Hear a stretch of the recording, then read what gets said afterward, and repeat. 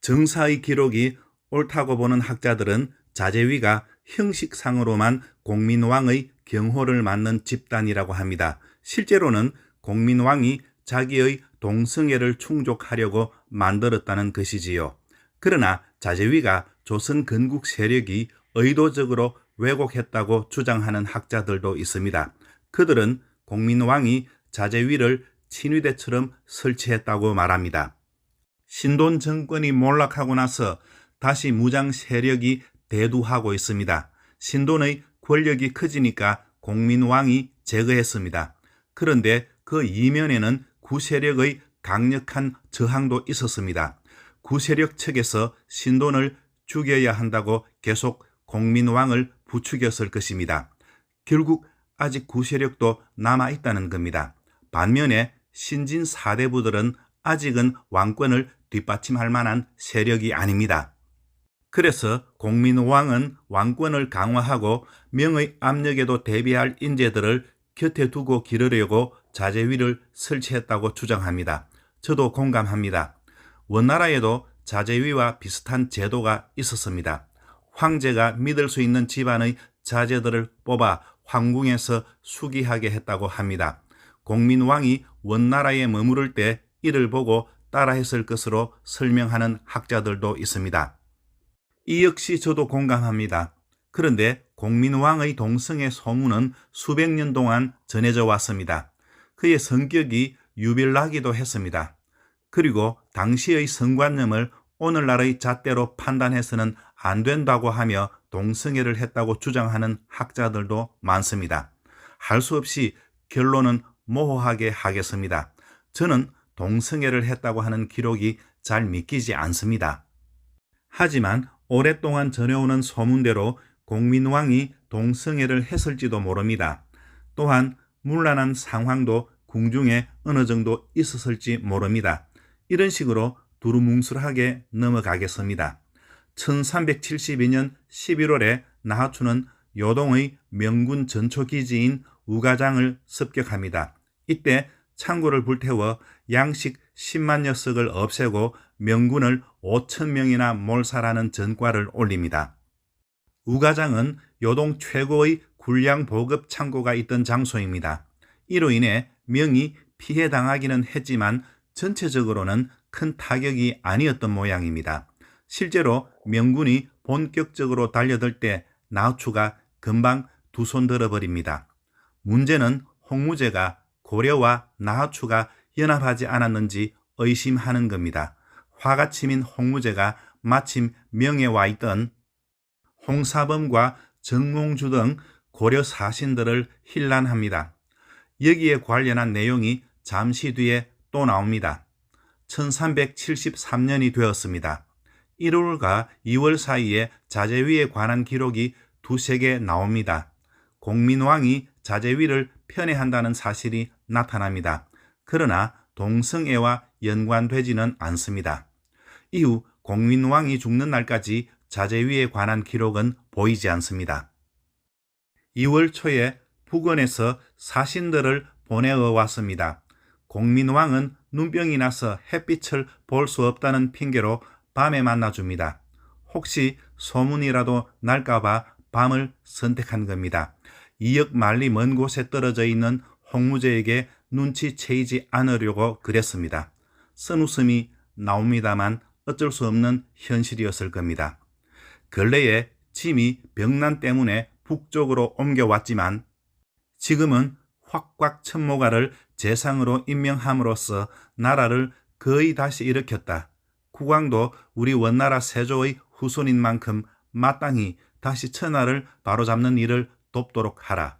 북원의 사신들이 가지고 온 글의 내용입니다. 천하를 바로잡는다는 말은 다시 중원으로 진출하겠다는 뜻입니다. 쫓겨나서 빌빌거리면서도 아직 자존심은 살아있습니다. 명을 치는데 도우라고 고려에 큰 소리 치고 있습니다. 그러나 정작 공민왕은 처음에 사신들을 죽일 마음도 먹었습니다. 신하들의 만류로 살려주고 밤에 만나준 겁니다. 공민왕은 원나라를 요즘 말로 하면 손절한 것이나 마찬가지입니다. 공민왕은 북원의 사신들을 응유할지 그냥 돌려보낼지 명나라로 압송할지 3가지 방안을 두고 신하들에게 의견을 묻습니다. 모두 석방해야 한다고 하니까 공민왕이 그대로 따랐습니다. 7월에 공민왕은 모니노에게 우라는 이름을 내리고 강령부원대군으로 책봉합니다. 보통 줄여서 강령군 또는 강령대군이라고 합니다. 강령대군의 친모가 반야가 아니라 실제로 궁인 한씨였을 것으로 추측하는 학자들이 있습니다. 반야가 흑우라는 것이지요. 하나의 설이지 입증된 건 아닙니다. 앞에서 홍무제가 고려에 있던 사신들을 hir난했다고 했습니다. 그 사신들이 7월이 되어서 돌아왔는데 도중에 풍랑을 만났습니다. 옛날에는 뱃길 풍랑 사고가 잦았습니다.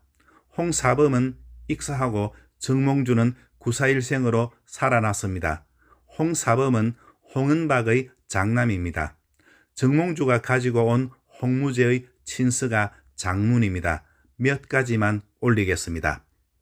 우리는 고려인들에게 육로로 귀국하도록 지시했으나 고려인들은 뜻밖에도 해로로 귀국하겠다고 요구해왔다.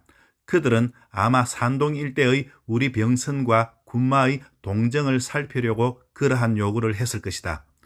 당시 그대들은 나하추의 수하를 데리고 와서 우리 군령의 사정을 정탐하게 했다. 이 정보를 이용해 나하추 일당은 우리 우가장을 공격했다. 우리는 그대들에 비해서 바다로부터 더 멀리 떨어져 있지만 왜구가 오면 군사를 보내 나포하게 했다. 그대들은 무성의하기까지 하다. 제주의 말을 보내는 것을 차일피일 미루더니 1년 동안 보낸 말은 고작 4필 뿐이었다. 도대체 어떻게 된 일인지 알 수가 없다. 만약 내가 그대 나라를 정벌해야 한다면 공명정대하게 그대 나라에 대한 정벌에 나설 것이다. 5년 내에는 장담할 수 없으나 10년 안에 그대 나라는 우리 군대에게 정벌될 것이다. 그대 나라에서 사신을 보내려 한다면 지금 바로 보내고 보낼 마음이 없다면 보내지 않아도 된다. 긴 문장에서 대충 추린 것입니다. 홍무제가 고압적으로 고려를 꾸짖고 있습니다. 고려가 나하추와 연합했다고 의심하면서 이후 요동을 통해 중국으로 가는 육로를 막아버립니다. 사실 공민왕이 명의 동태를 정탐하려고 여러 방면에서 애를 썼다고 합니다. 그런 면에서 보면 홍무제의 의심이 전혀 근거가 없는 게 아닙니다. 특이한 점은 홍무제가 고려를 깔보고 있기는 합니다만 단기간에는 정벌할 수 없다고 스스로 인정하고 있습니다. 북원과 나하추가 버티고 있는 한 명나라가 함부로 고려로 쳐들어올 수 있는 게 아닙니다. 어쨌거나 나하추에게 일격을 당하고 나서 홍무제는 요동에 집중하게 됩니다. 전편에서 말씀드렸듯 말 이야기는 공민왕이 죽을 때 다시 등장합니다. 10월에 공민왕은 홍무제에게 진정표와 사은표를 보내어 너그럽게 조처해달라고 빌면서 달랩니다. 왜구 침탈이 더욱 극성을 부린다고도 전편에서 말씀드렸습니다. 올해도 마찬가지여서 6월에는 한양까지 침략해서 고려 백성들을 죽이고 약탈합니다. 홍무제가 친서에서 왜구를 물리쳤다고 한 게 빈말이 아니었습니다. 명이 대대적으로 왜구 소탕전을 벌이니까 왜구가 더는 산동 지역을 노릴 수 없게 되었습니다. 그러자 왜구가 고려 쪽으로 더욱 몰린 겁니다. 공민왕은 10월에 최영을 육도 도순찰사에 임명해 왜구를 막게 합니다. 기록입니다. 찬성사 최영을 육도 도순찰사로 삼아 장수와 수령을 승진시키거나 물러나게 하고 군호를 군적에 올리게 하였으며 전함을 만들고 죄가 있는 자는 모두 직접 처결하게 하였다. 최영이 나이가 70세 이상인 자들로 하여금 품계에 따라 쌀을 차등 있게 내어 군수품에 보충하게 하니 백성이 많이 도망하였고 원성이 크게 일어났다.